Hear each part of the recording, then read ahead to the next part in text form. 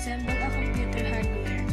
I am Rachel P. Villaflor, CSS student in Alaminos City National High School.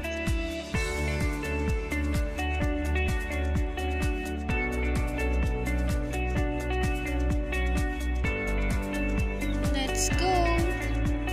Step 1. Unplugging. The first thing we have to do is turn off the computer, unplug the power cord, and unplug any peripheral items attached to the computer such as keyboard, mouse, monitor, headphone, and any external devices.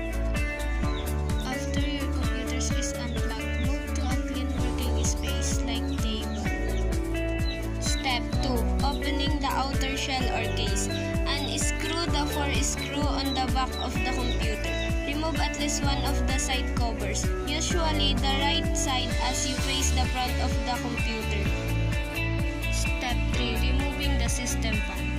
First, unplug the fan from the motherboard. You can locate the plug by following the wires from the fan. You have to unscrew the fan so that you will be able to lift the fan out of the system unit.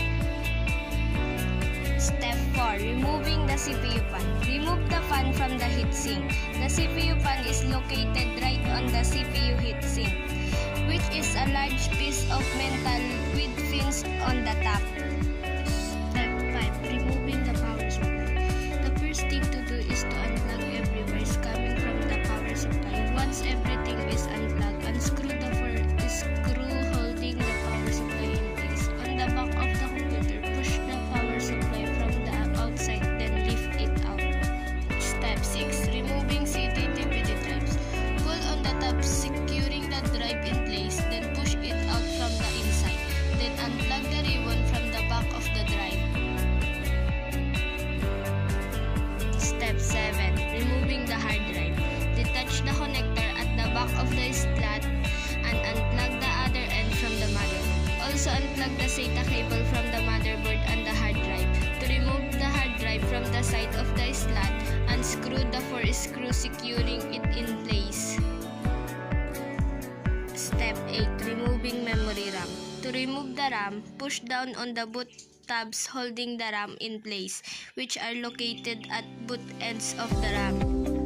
Step 9. Removing motherboard. The final step of the PC disassemble process is to remove the motherboard. The motherboard has 9 screws holding it to the frame. Remove those 9, then lift carefully the motherboard out of the case. That's all of this video. Hoping that you have learned in this step for disassemble a computer hardware. Thanks for watching.